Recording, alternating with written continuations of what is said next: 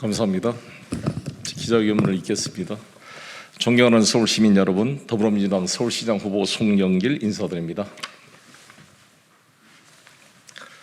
저는 오늘 여러 기자님들을 모시고 송영길의 부동산 정책 공약을 발표하기 위해 이 자리에 섰습니다. 서울의 부동산 문제는 민생과 직결된 중대 사안 중이며 하나이며 이 일을 해결할 수 있는 유일한 방법은 실현 가능한 공급 정책으로 주택을 충분하게 공급하는 것뿐입니다. 서울은 무주택자가 가장 많은 주거 빈곤 도시입니다. 서울의 주택 보급률은 95%, 다른 데는 다 100% 넘습니다. 전국 평균인 104%와 비교해도 크게 뒤처지는 현실입니다. 서울의 무주택자 문제는 더욱 심각합니다. 전체 가구인 398만 가구 중에서 절반이 넘는 205만 가구가 집 없는 사람인데 전국 평균 44%와 비교하면 무려 10% 가까이 높은 수치입니다. 저 송영길은 서울의 주택 문제를 해결할 수 있는 확실한 솔루션을 가지고 있습니다. 양질의 중저가 주택을 더 빨리 더 많이 공급해 세대 간 계층 간 주거 격차 문제를 반드시 해결하겠습니다. 먼저 41만 호 주택 공급 프로젝트의 기본 방향에 대해서 말씀드리겠습니다. 첫째, 41만 호 주택 공급 프로젝트를 추진해 만성적 수요 부진을 해소하고 무주택 서민이 내 집 마련하기 좋은 주거 환경을 만들겠습니다. 보통 서울이 평균 1년에 10만 호, 8만 호에서 10만 호가 공급돼줘야 됩니다. 그런데 지금 거의 2만 호, 올해는 아주 낮은 상태입니다. 그럼 이 책임이 누구에 있느냐? 저희도 있죠. 반성해야죠. 그런 반성의 기초에서 말씀드린다는 것을 전제로 하고 이야기 드리겠습니다.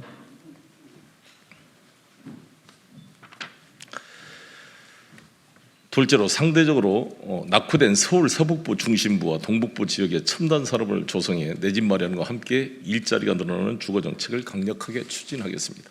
그러니까 직장과 주거를 결합시켜서 출퇴근 시간의 비용을 줄이고 바로 근접하는 컴팩트한 시티를 지향해 가겠다는 취지입니다.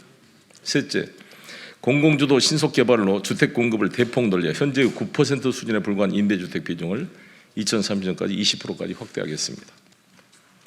넷째, 살면서 내 집 마련이 가능한 분양 전환형 주택을 대폭 늘려 임대 위주의 주택 공급 믹스를 재정비하겠습니다. 이를 위해 반값 임대료 수준의 누구나 집을 대규모로 공급해 무주택 서민의 내 집 마련의 기회를 확대하겠습니다.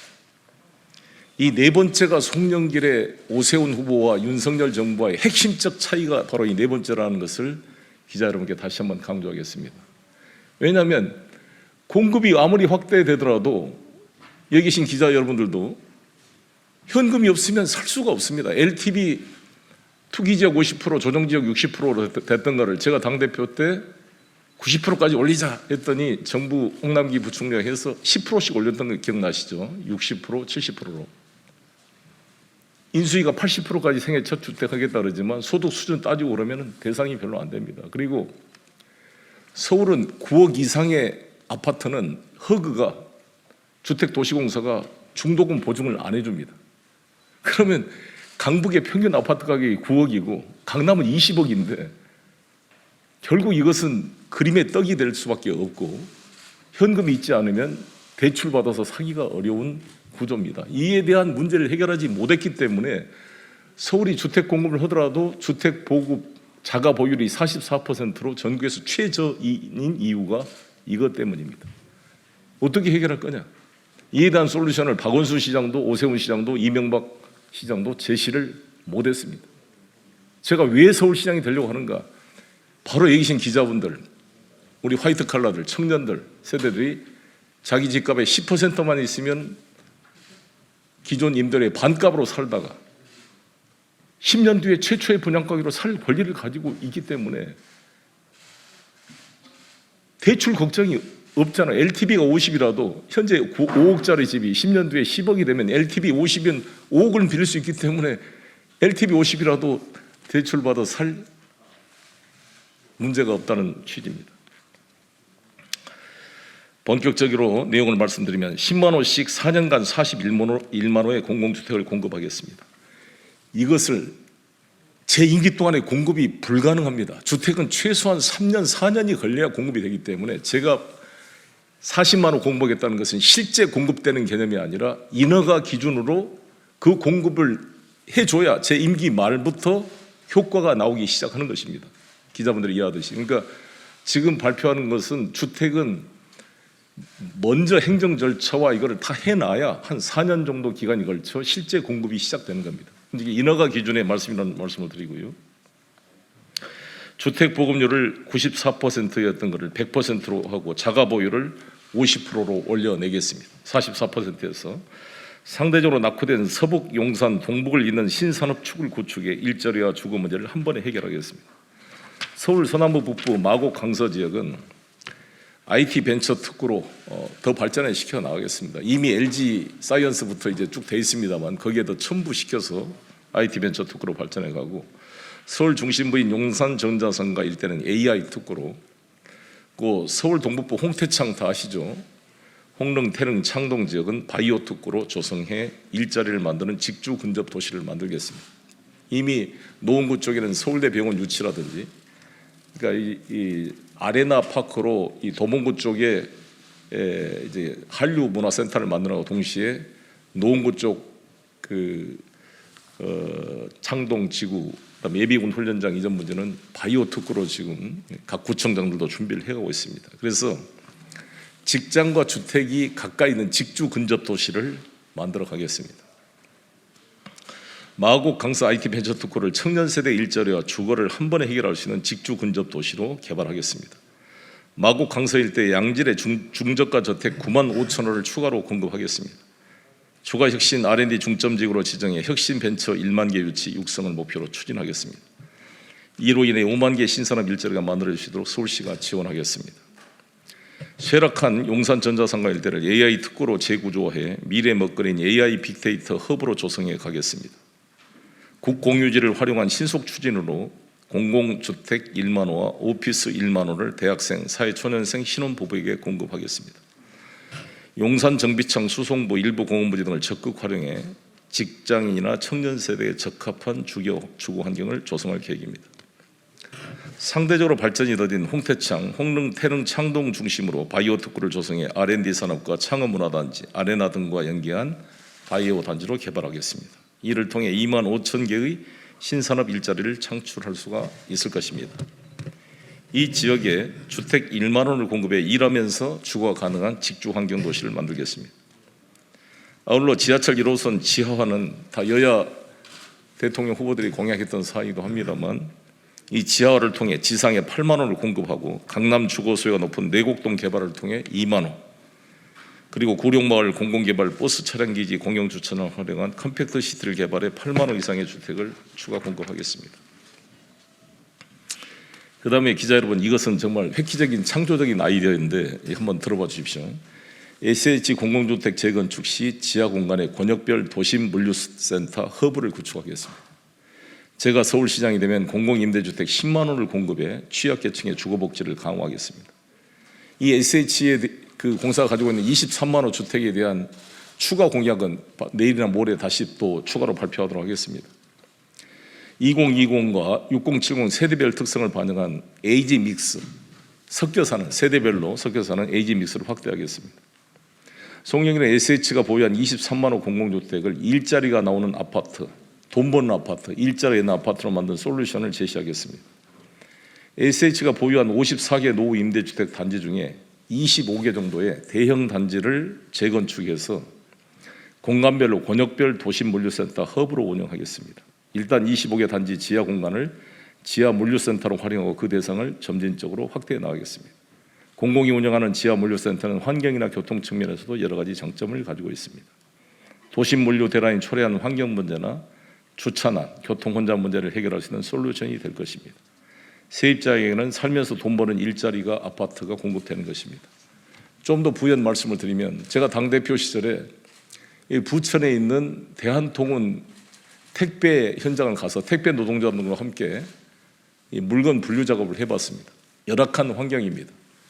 이 천장에 선풍기 하나 돌아가는데 땀을 목욕으로 하면서 산더미처럼 쌓여있는 택배를 컨베이어로 분류하는 노동자들과 함께 1시간 일을 해봤는데 정말 힘듭니다. 물어보니까 좋은 시설 유치하려면 공간이 있어야 되는데 갈수록 물류 공간을 서울 도심에서 찾기가 어려우니까 부천, 안양 이런 데를 밀려나는데 경기도 파주 이런 데로 더 밀려납니다. 그러면 도심까지 배달하는데 시간이 엄청 들고, 최근에는 밀키트라 그래서 사실상 식사 바로 데우기만 하면 먹을 수 있는 이런 밀키트 이제 배달이 늘어나는데, 이거는 냉동 차량으로 이동을 해야 되는데 이게 2시간, 1시간 반 이렇게 걸리면 비용도 많이 들고 이 택배 노동자들의 일들이 어려워집니다. 그래서 도심 물류를 개발해보자, 제가 아이디어를 생각해낸 건데, SH가 가지고 있는 노후 단지 중에 20년 이상 된 노후 단지 중에 도심에 가까운 데를 지하를 개발해서 지하에다 물류센터를 유치하려고 합니다. 그러면 거기에 우리 대한통운이나 뭐 쿠팡 같은 데다가 이걸 대여하면은 우리 일단 SH 수익이 늘어나고요. 거기서 바로 도심의 근거리에 바로바로 물류가 통과되면서 물류의 그 거리와 시간을 완전히 단축시켜서 비용을 절감할 수가 있습니다. 그리고 그 임대 아파트에 사는 사람들에게 일자리를 줄 수가 있습니다. 그래서 실제 일자리도 없고 도심 물류에 대한 획기적인 개선의 기회를 만들겠다는 게 제 구상입니다. 이로 인해서 발생한 수익들, 제가 서울시장 후보로서 지난 어버이날 65세 이상 어르신들이 지금은 지하철만 무료인데 마을버스, 시내버스는 무료가 아닙니다. 그래서 제가 마을버스부터 1단계로 무료화시키고, 마을버스가 지금 900원이죠.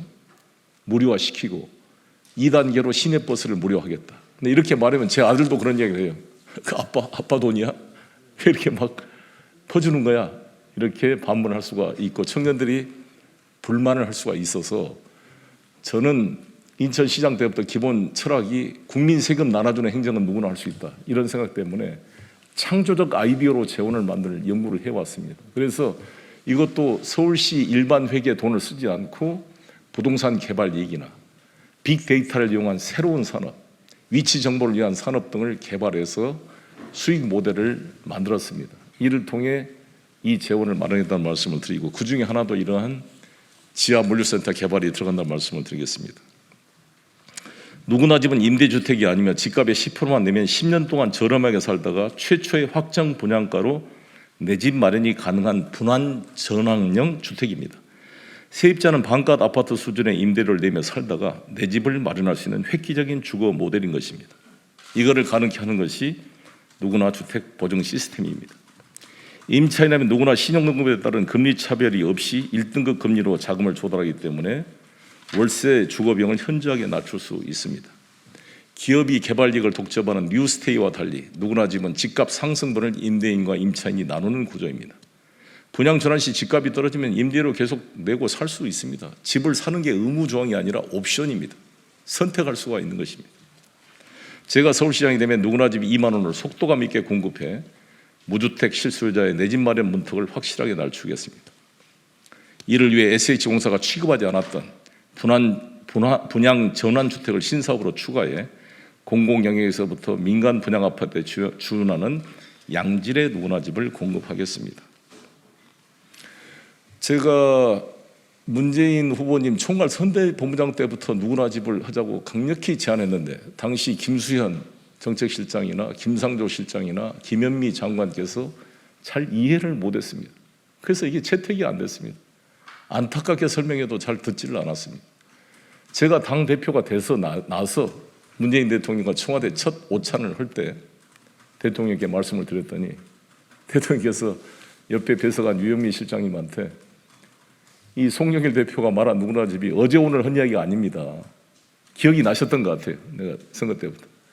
유현미 씨한테 검토해 보세요. 이렇게 말씀을 주셔서 그제서야 국토부가 움직여가지고, 아시다시피 지난 제가 당대표 시절 문재인 정부 말기 때 1만 호 시범 사업이 국토부에 채택이 돼서 홍남기 부총리가 발표를 했고, 지금 사업자가 선정이 돼서 사업이 추진되고 있습니다. 주로 경기도 1호래 시흥을 비롯한, 기자분들 아실 겁니다. 그게 확정 분양가형 공공지원 분양형 임대 아파트입니다. 그러니까 지금 누구나 집을 풀었으면 그렇게 되는 거죠. 확정 분양가. 그래서 기자분들이 질문했습니다. 그러면 누가 이익이 안 나오는데 어떤 사업자가 들어오겠는가? 이미 사업자가 경쟁을 해서 다 들어왔습니다. 그렇게 또 이익이 남다는 겁니다.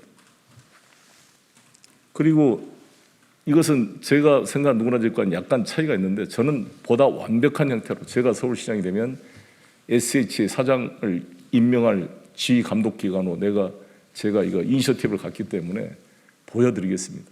어떤 모습으로 보여줄지.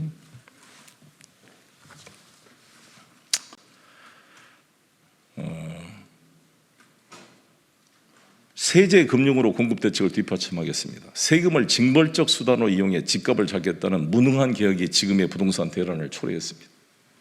저 송영길은 정책 실패를 인정하고 반성하면서 처음부터 다시 시작한 자세로 실사구시 대책을 만들겠습니다.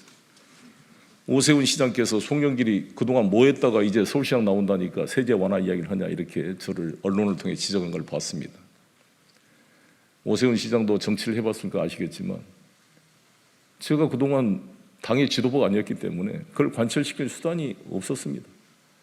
물론 그래도 왜 세게 했냐 그에 대한 일부에 대해서는 뭐 불가피한 면이 있었지만 제가 당대표 되자마자 아시다시피 종부세, 양도세 완화를 추진해서 청와대가 반대하고 7, 80명의 의원들이 성명을 내면서 부자 감세 반대라고 했음에도 불구하고 의원총회 치열한 토론을 통해 종부세 면세 기준선을 9억에서 11억으로 양도세를 9억에서 12억으로 제가 완화시킨 법안을 김진표 부동산 TF 팀장을 임명해서 안을 만들어 통과시켰습니다. 그렇기 때문에 이러한 최근 이번 다시 제 공약으로 1인 인별 과세니까 종부세가요. 1인 1주택에 대해 종부세를 사실상 폐지하겠다 이 공약을 제시한 것입니다. 재건축 규제 완화는 말씀드린 대로 500%까지 올리고 30년 넘은 노후주택에 대한 안전진단을 폐지하겠습니다. 세입자한테는 무선 분양권을 부여해 재건축이 세입자의 주거분할 여전 악순환 고리를 근본적으로 차단하겠습니다. 오세훈 시장님과 송영길의 근본적 차이는 세입자에 대한 대책이 있느냐 없느냐입니다. 오세훈 시장께서 세운상가, 세계의 운이 모였다고 해서 박정희 시대 때 만든 게 세운상가입니다. 이것을 철거해서 녹지축으로 연결하겠다고 말씀을 했는데 세운상가 주변에는 3,000여 명의 임대차 상인들이 20년 넘게 조그만한 8평, 12평짜리 가게를 얻어가지고 임대료 보통 3천만 원에 380만 원, 5천만 원에 400만 원 이렇게 내면서 20년, 30년째 영업을 하고 있거든요. 근데 이분들을 4개월, 6개월 영업보상해주고 쫓아낸다고 그러면 어떻게 되겠습니까? 제2의 용산 사태가 날 수가 있는 것입니다. 송영길은 모든 재개발, 재건축에 있어서 세입자들이 한 명도 쫓겨나지 않고 전원 재정착할 수 있는 시스템을 만들었습니다. 누구나 보증 시스템으로 상가의 10%만 있으면 100% 재정착할 수 있도록 개발을 할 것입니다. 이것이 근본적인 차이다. 이거는 지금까지 아무도 제시하지 않았던 획기적인. 그래서 왜 제가 서울의 변화와 혁신 믿는다 송영길 이렇게 말할 수 있는 근거다 이렇게 말씀드리겠습니다. 억울한 종부세 문제도 해결하겠습니다. 구체적으로 일시적 2가구, 농촌주택 포함 2주택자, 실임대 목적 2주택자는 실거주자로 간주해 종부세 중과 대상에서 제외시켜야 됩니다. 당과 긴밀히 협력해서 억울한 종부세를 해결해 가겠습니다. 양도세 중과세를 2년간 유예해 다주택자가 주택을 처분할 수 있는 퇴로를 확보하겠습니다. 보유세 양도세를 동시에 올려서 오도 가도 못했던 상황을 해결해 가겠습니다. 공급보다 중요한 것은 실수요자 금융 규제를 완화하는 것입니다. 주택을 아무리 많이 공급해도 금융으로 뒷받침하지 못하면 무주택자에게는 그림의 떡입니다.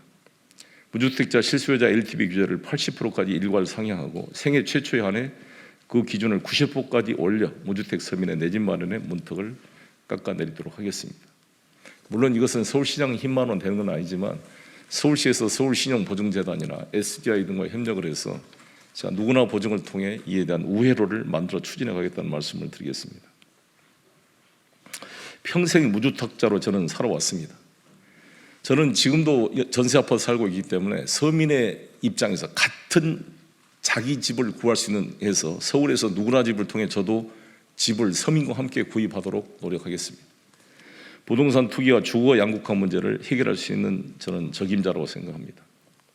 제가 서울시장이 되면 실물자산 기반의 디지털 코인을 발행해 모든 시민들에게 부동산 간접 투자에 참여하고 개발 이익을 공유할 수 있는 기회를 제공하겠습니다.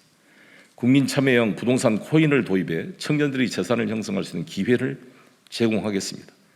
개발 이익을 둘러싼 불필요한 논쟁도 사라지게 될 것입니다. 당장 구룡마을부터 해보려고 합니다. 이게 그러면 이 코인이라는 게 지금의 비트코인이나 이더리움과 무슨 차이냐? 비트코인, 이더리움 같은 이런 가상화폐, 암호화폐와는 차원이 다릅니다. 왜? 이것은 그냥 관념적인 것이고 제가 말한 이 코인이라는 것은 실물 자산이 뒷받침되어 있는 그런 실질적인 가치 전환 기능을 하는 화폐가 가상화폐가 되는 것이기 때문에 그렇습니다.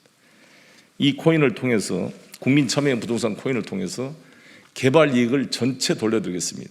제가 구룡마을이 그동안 개발이 안 된 세 가지 이유. 첫 번째는 개포동 바로 앞에 있는 금싸라기 같은 땅을 택지로 전환해주면 엄청난 특혜가 되는데 이걸 어떻게 환수할 거냐에 대한 논란 때문에 못했습니다. 박 시장님 때 이거를 해보려고 임대주택을 30% 이상 올리려고 그러니까 개포동 아파트 주민들이 임대주택이 저가주택으로 인식되어서 자신들 집값이 떨어질까 봐 반대가 컸습니다. 세 번째는 거기에 20년, 30년, 1,100명 이상의 가구 이상이 무허가로 살고 있는 주민들에 대한 대책이 없었습니다. 근데 송영길은 이 세 가지를 일시에 해결합니다. 부동산 코인을 통해서 국가가 세금으로 개발이익을 뺏어가니까 할 필요도 없습니다. 전 액수를 공공개발로 시민에게 돌려주겠습니다. 그 국민들하고, 강남 국민들하고. 그다음에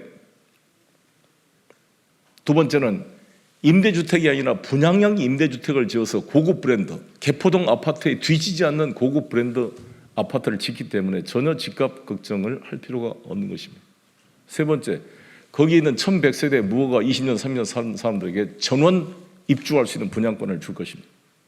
이 세 가지가 한꺼번에 해결되기 때문에 구룡마을 개발이 가능하고 구룡마을 주민들이 전폭적인 지지와 성원을 보내고 있다는 말씀을 드리겠습니다.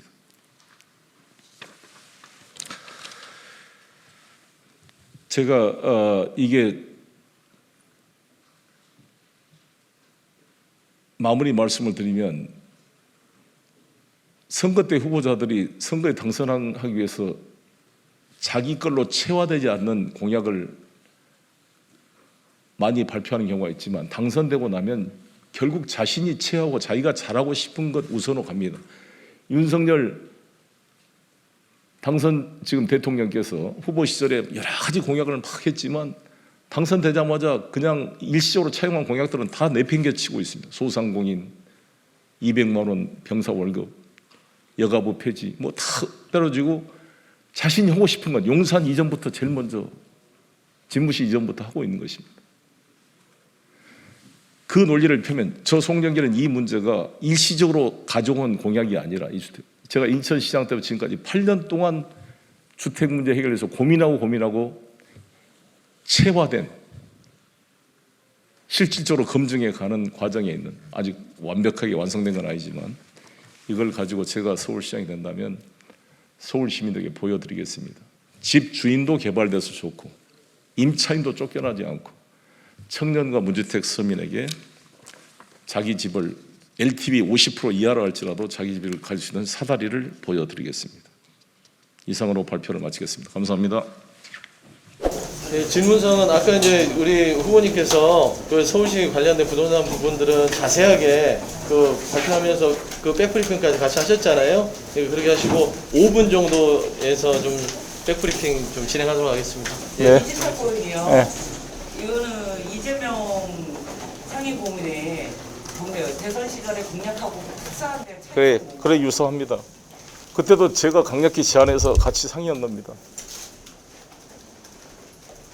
공급세 관련해서 일가구 1주택 폐지 이제 공약으로 발표하셨는데 사실 이게 좀 당 차원에서는 조율이 여전히 안 된 상황이라서 당에서도 좀 이견이 좀 나오고. 그렇죠. 당연히 있습니다. 그래서 말씀한 대로 제가 당대표 때 종부세, 양도세 그 완화한 것도 부자 감세 논란으로 논쟁을 거쳐 통과시켰던 것처럼 저는 제가 서울시장에 당선된다면 아무래도 발언에 시민들의 수렴을 당에서 수렴해야 될 의무가 있기 때문에 당정 회의를 통해서 설득해 나가겠습니다. 그리고 이것은 다시 첨부하자면 오세훈 시장님이나 윤석열 당선자가 할 수 없는 일입니다. 국회 다수석인 민주당 동의가 있어야 세법이 개정되기 때문에 오히려 서울 시민들이 왜 송영길을 선택해야 될지 이유가 될 거라고 봅니다. 네. 서울시 부동산 정책 10년 동안 한 도시재생인데 요거에 대해서는 좀 앞으로 정책 어떻게 될까요? 뭐에 대해서요? 도시재생. 그러니까 지금 재건축, 재개발, 재건축은 주로 아파트 중심이니까 강남이 중심이고요. 재개발은 주로 강북 중심이잖아요. 지금 재개발이 신속 통합계획, 신통계획이라 그래서 지금 이 오 시장께서 이제 뭐 기간을 단축시키는 걸 지금 하고 있잖아요. 근데 오 시장님의 문제점은 주로 민간 개발 중심입니다.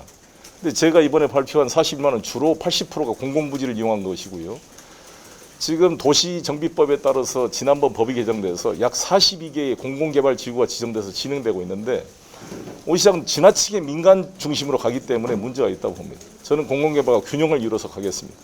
민간의 공급대를 예를 들어서 강동구 둔촌동 같은 경우가 12,000세대 재건축이 되고 있는데 지금 문제는 우크라이나 전쟁 사태로 콘크리트 값과 시멘트 값이 급속히 오르고 있습니다. 원자재가 상승되고 있고 그다음에 중대재해처벌법이 통과됨에 따라서 공사 기간을 단축하기가 어렵습니다. 옛날처럼 막 밤에 불을 밝혀서 양생을 기간을 단축한다. 그러니까 공사비가 불가피하게 증가되고 있는데 이 문제를 해결해 주지 못하면 지금 시공사와 주택조합 간의 재계약을 둘러싼 분쟁이 발생해서 둔촌동 주공이 좀 스톱되어 있는 거 아닙니까? 그러니까 이렇게 서울시가 나몰라라 민간에만 맡겨놓게 되면 이런 문제가 발생하고 그다음에 또 조합 집행부와 내부의 법적 분쟁이나 갈등들이 한번 쌓이게 되면 이게 오도 가도 못한 상태로서 공사 진행이 중단될 우려가 큽니다. 그러니까 이런 부분에 대해서 저는 너무 서울시가 무신경하게 방치하고 있었다라고 생각합니다. 후보님, 부동산 코인 되게 흥미롭게 들었는데요. 네. 혹시 해당 코인이 발행될 때 배분되는 방법은 마련되어 있는데도 네. 그 부동산 가격이 왔다 갔다 할 때 네. 코인이 투기 자산으로 전락될 수도 있는 혹시 이에 대한 대안도 마련되어 있나요? 예, 하나씩 다 마련해서 발표드리겠습니다. 서울시에서 그 코인 거래소를 만들 생각이고요. 이 코인은 우리 젊은 20대 청년들이 주식으로 돈 벌던 기성세대, 부동산 기던 세대들한테 너무 좌절을 해서 20, 30대가 이 코인의 한걸 가지고 그동안 우리 이 문재인 정부 때는 코인을 너무 좀 부정시했던 거잖아요. 그래서 이재명 후보나 저나 오히려 이것을 제도화시켜서 이것을 확대하고 과세 기간도 1년 유예하기로 여야가 통과시켰던 거 아닙니까? 저는 이 가상화폐 시장의 시늉리지 효과, 우리가 기축통화는 일반 화폐는 기축통화국이 아니지만은 가상통화 시장에서는 정말 가상통화 주권을 만들어서 기축통화식으로 이 시늉리지를 만들어내는 새로운 대한민국 화폐의 시장을 만들어야 한다고 봅니다. 그런 저는 비전을 가지고 그것을 선도할 수 있는 실물자산 기반의 새로운 코인을 만들어 보고 싶은 겁니다. 이것은 비트코인, 이더리움과는 차원이 다른 실물에 뒷받침된 이 코인은 엄청난 시너지 효과가 나올 걸로 저는 기대를 하고요. 되자마자 아무튼 서울시 주체로 코인 거래소를 만들고 추진해 가겠습니다. 질문 2개만 더 받겠습니다. 이 코인 거래의 장점이 뭐냐면 임기 4년 안에 개발 이익이 현실화가 안 되기 때문에 다 헛공약으로 들립니다. 사람들이. 그럼 언제 그럼 4년 내에 언제 개발해서 이익이 나와서 나한테 나눠줘. 근데 코인이 되게 되면 미래의 수익을 미리 당겨서 현금화시킬 수 있기 때문에 바로 제가 시장이 되면 우리 젊은 세대들한테 바로 이익을 줄 수가 있는 것이고 바로 현금화가 가능하다는 것은 대단한 일 아닙니까? 이것이 일종의 선물 시장과 약간 개념이 유사하면 됐지만 틀리긴 합니다만 이렇게 유동화시키고 미래의 수익을 현실화시켜낼 수 있는 그런 창조적 금융 기법이라고 봅니다. 네. 지난 대선 서울 득표율에 비해서 네. 지금 여론조사 결과 보면 많이 벌어져 있는 네. 상황인데 부동산 정책이나 이런 부분들도 좀 좁혀나갈 수 있다고 생각합니다. 그렇습니다. 제가 제 주요 공약이 UN 5본부 유치하고 이거 2개잖아요. UN 5본부 유치는 지금 이제 윤석열 정부가 들어서서 남북 관계가 우려가 되고 있고 그렇기 때문에 바이든 대통령도 윤석열 대통령뿐만 아니라 문재인 대통령까지 만나시겠다는 거 아닙니까? 그것은 윤석열 대통령과 만나가지고는 남북 관계에 대한 깊은 대화를 나눌 수가 없기 때문에 반쪽밖에 안 되기 때문에 문재인 대통령을 만나신다고 저는 생각합니다. 그것처럼 이 군사적 긴장을 완화시키는데 UN 5본부 유치는 매우 중요한 의미를 갖는다고 봅니다. 한반도 평화에. 그래서 이것을 추진하면은 서울의 수준이 지방과 싸우는 게 아니라 파리, 런던, 뉴욕과 경쟁하는 도시가 되는 것이고 오세훈 시장이 디자인 서울, 한강 르네상스를 많이 말씀하시지만 그런 겉포장보다는 UN 5본부가 오치되면 이것과는 근본적으로 차원이 다른 서울의 위상을 만들 수 있고 서울의 자산 가치를 2배로 띄워올릴 수 있는 획기적인 계기가 될 것이다 이렇게 생각합니다. 마지막 질문 네. 하나. 네. 그 구룡마을 관련해서 네. 말씀드리고 싶은 게 네. 기존 다른 예전 서울시장 후보들하고 정책이 비슷한 것 같은데 혹시 이에 대해서 그걸 좀 비싼 게 아닌데. 좀 다릅니다. 자세히 한번 보십시오. 구룡마을 이익을 아까처럼 코인을 통해서 전체 돌려주는 것도 처음 있는 이야기고요. 거기 1100세대 있는 사람한테 전원 입주권을 준다는 것도 처음 아무도 이야기하지 않는 것입니다. 후보님 질문 하나만 예, 드렸다고 그랬어요. 예. CBS. 예. TV 토론 관련해서 예, 예. 오세훈 시장이 거부하면서 이게 안 열릴 것 같다고 하는데 예. 이거 관련해서 좀 어떤 입장이신지. 네, 저는 오세훈 시장 입장도 이해가 됩니다. 보통 이제 지지도가 높으신 분들은 안 하려 그러죠. 좀 지지도가 떨어진 사람을. 그런데 제가 무슨 지지도가 떨어진다고 할지도 그렇게 현격하게 TV 토론도 안 할 정도 수준은 아니잖아요. 금방 이건 좁혀질 사안인데 저는 오세훈 시장답지 않다. 구태 정치인의 모습을 그대로 반복하고 있다. 제가 오세훈 시장 입장이라면 저 정도 지지율을 갖는 제1야당의 후보하고는 반드시 토론에 응할 것입니다. 뭐가 이렇게 자신이 없어서 토론을 깊이 하십니까? 오세훈답지 않게. 제가 오세훈 시장은 25년 친구입니다, 사실상. 저보다는 학교는 한 2살 선배지만 같은 고대법대, 저는 연대상대, 같은 변호사로 국회의원을 16대 같이 했습니다. 그리고 제가 오세훈 시장 개인적으로 존경합니다. 친한 분이고 저는 개인적인 인신 비방이나 이런 건 절대 하지 않을 것입니다. 그러나 정책에 대해서는 치열하게 비판하고 공방을 할 것입니다.